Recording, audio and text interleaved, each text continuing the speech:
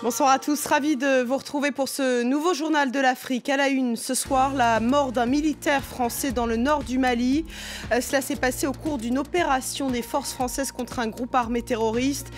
2 soldats ont été blessés mais leur vie ne serait pas en danger.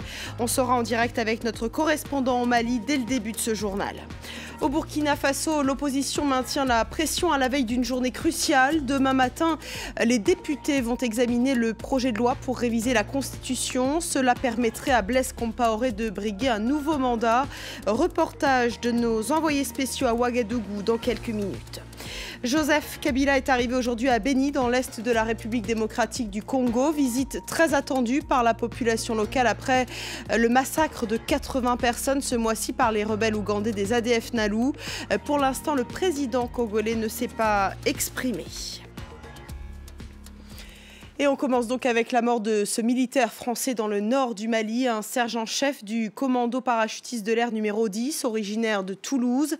Il a été tué au cours d'une opération des forces françaises contre un groupe armé. Nous sommes en ligne avec notre correspondant au Mali, Serge Daniel. Bonsoir. Serge, que sait-on des circonstances de cette mort ? Alors, on sait que c'est un violent accrochage, selon plusieurs sources militaires, et que ça s'est passé dans la région de Kidal, au nord-est, dans une zone communément appelée le Terrara. C'est une zone rocheuse, montagneuse. Début 2013, c'est là-bas que les militaires français sont allés chercher sur place les islamistes, permettez l'expression, à la fourchette à escargot. Mais depuis, ces islamistes sont revenus. C'est pourquoi il y a eu cette nouvelle opération. Les Français, d'après nos informations, sont intervenus à l'aide d'hélicoptères notamment, mais en face, les islamistes ont riposté, résisté. Un soldat français a été tué, 2 autres blessés. Alors, dans les rangs des islamistes, il y aurait également des victimes. Un mot encore pour préciser que face aux troupes françaises, il y avait notamment les combattants du chef islamiste touareg malien du nom de Yadar Ali. Merci beaucoup Serge Daniel pour ces précisions en direct du Mali. Alors cette mort intervient dans un contexte très tendu pour les forces françaises dans le nord du Mali. Écoutez l'éclairage du général Dominique Trinquant, ancien chef de la mission militaire auprès des Nations Unies. Il y a une dizaine de jours, de l'opération Barkhane ont arrêté des convois qui venaient de Libye et qui apportaient de l'armement vers les djihadistes qui sont dans leurs refuges du Nord. Je rappelle que les refuges du Nord, c'est la fin de l'opération Serval qui était allée les chercher jusque dans leurs repères. Et donc, également, cette semaine, s'est terminée la négociation à Alger. Négociation à Alger qui a vu des groupes participer à les négociations et eux rentrent dans un processus avec le Mali. Alors que d'autres groupes ont décidé de ne pas participer et ceux-ci, il faut les détruire. Donc c'est ce que fait Barkhane actuellement, aller chercher les djihadistes dans leurs repères pour les déloger et les détruire. Le Nord Mali, là où nos confrères de RFI, Ghislaine Dupont et Claude Verlon ont été assassinés, cela fera 1 an dimanche et leurs assassins courent toujours. Laurent Fabius s'est exprimé à ce sujet aujourd'hui à l'Assemblée nationale à Paris. Le chef de la diplomatie française qui semblait optimiste sur l'enquête en cours. Écoutez-le. L'enquête est entrée dans une phase tout à fait décisive. Les juges, c'est notre bon espoir, devraient pouvoir obtenir rapidement tous les éléments susceptibles d'arrêter les coupables. Direction à présent le Burkina Faso où l'opposition avait de nouveau appelé à manifester aujourd'hui à Ouagadougou. Plusieurs milliers de personnes ont manifesté, mais rien à voir avec la mobilisation d'hier. L'appel à la grève n'a pas été très suivi, mais l'opposition maintient la pression. C'est demain matin que les députés doivent se prononcer sur une révision de la Constitution qui permettrait au président Blaise Compaoré de briguer un nouveau mandat. Regardez ce reportage, il est signé de nos envoyés spéciaux à Ouagadougou, Anna Sylvestre Trainer et Arnaud Froger. Une fois encore, la foule était dense. La place de la Nation occupée par les manifestants venus dire non à Blaise Compaoré.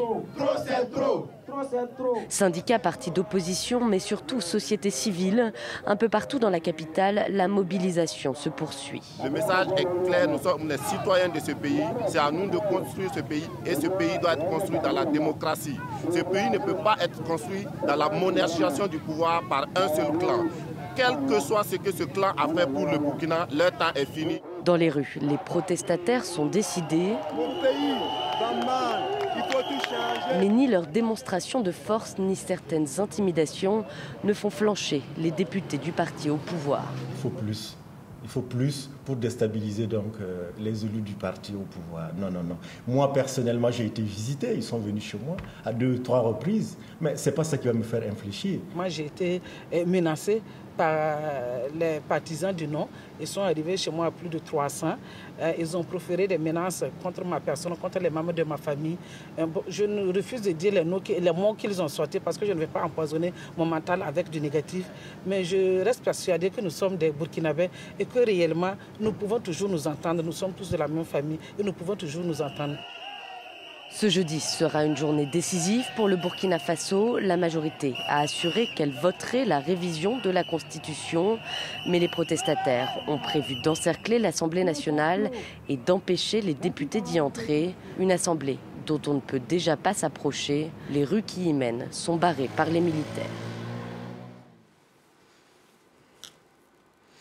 Cela fait 4 ans maintenant que Victoire Ingabire est emprisonnée au Rwanda. La présidente du parti d'opposition des Forces démocratiques unifiées a été condamnée à 15 ans de prison pour minimisation du génocide et conspiration contre le pouvoir en place. Elle vient d'envoyer une requête à la Cour africaine des droits de l'homme et des peuples. Elle demande d'ordonner au Rwanda une révision de son procès. Alors qu'attend-elle exactement de cette démarche? Écoutez Joseph Boukeye, il est le vice-président des FDU. Premier objectif de notre démarche, c'est d'abord de dénoncer la politisation de toute la procédure, parce que dès le début, il y a eu interférence du président de la République qui, à plusieurs reprises, a déclaré que Victoire était coupable avant même le prononcé du jugement. Donc pas de présomption d'innocence. Donc elle n'a pas bénéficié de la présomption d'innocence, et ça c'est le premier point qu'on veut exposer devant la Cour africaine des droits de l'homme et des peuples.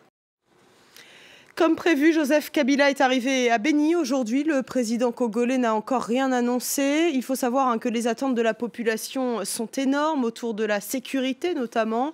Ce mois-ci, 80 personnes ont été massacrées par les rebelles ougandais des ADF Nalu à Béni et dans la région.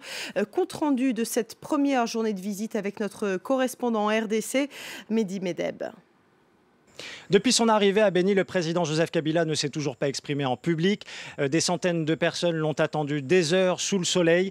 Une foule préoccupée par une seule chose, la sécurité bien sûr, car en l'espace de 2 semaines, plus de 80 personnes ont été massacrées à la machette, dont 30 civils dans les faubourgs même de Béni, du jamais vu. Des tueries attribuées aux rebelles ougandais des ADF.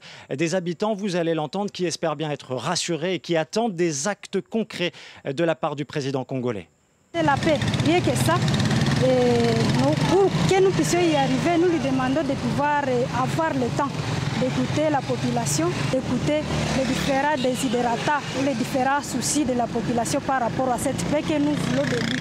Nous voudrions voir l'opération de traque des ADF Nalu puisse se poursuivre pour que la paix revienne une fois pour toutes. Mais aussi, nous souhaiterions à ce que l'État congolais appuie les militaires, paye les militaires et que cet État congolais puisse renforcer l'effectif de la police. Joseph Kabila doit rester plusieurs jours à Béni. Parmi les annonces très attendues, la relance et l'intensification des opérations militaires des FRDC contre les rebelles ougandais des ADF. On le surnommait le King Cobra, le roi Cobra. Le président de la Zambie, Michael Sata, est mort. Cela faisait longtemps qu'il était malade, mais rien n'avait filtré sur sa maladie. C'est son vice-président, Guy Scott, qui va assurer l'intérim. Pour la première fois depuis son indépendance, la Zambie va donc avoir un président blanc pendant 3 mois, du moins, le temps d'organiser des élections. Ces derniers mois, Michael Sata n'était plus que l'ombre de lui-même. Plus d'apparitions publiques depuis début septembre. La maladie du président était taboue, mais le cercle du pouvoir craignait à tout moment sa disparition. Ce matin, les Zambiens apprenaient avec stupéfaction la mort de leur chef d'État, 77 ans, dans un hôpital de Londres. C'est le 3e président zambien à mourir en 6 ans. Nous sommes très tristes. Il y a quelque chose qui cloche en Zambie. Donc le mieux à faire, c'est de nous en remettre à Dieu et comprendre pourquoi ça nous arrive à nous, Zambiens. Je n'arrive pas à y croire. C'est une nouvelle très choquante. Sérieusement, c'est une grande perte. Je me sens vraiment très mal. Michael Sata, ancien syndicaliste, homme du peuple, élu en 2011, avait la faveur des plus pauvres, mais il était aussi craint. Plus faucon que colombe, il était surnommé le roi Cobra pour ses manières autoritaires et son ton brutal. La classe politique avait appris à le redouter. Tout sauf diplomate, il s'était longtemps mis à dos les Chinois, qualifiés d'exploiteurs, avant d'adoucir ses propos une fois au pouvoir. Anti-impérialiste, dans les pas du Zimbabwéen Mugabe, il avait traité à l'époque le président américain Bush d'ancien colon. Imprévisible, Michael Sata n'a guère organisé sa succession. C'est son vice-président Guy Scott qui fera l'intérim. Mais ce fils d'immigrés blancs ne sera pas le prochain président, car la Constitution l'interdit. La bataille est donc ouverte pour présider aux destinées de ce pays, aux mines de cuivre très convoitées. Voilà, c'est la fin de cette édition consacrée à l'actualité africaine. Merci à vous de l'avoir suivi. Très belle soirée sur France 24.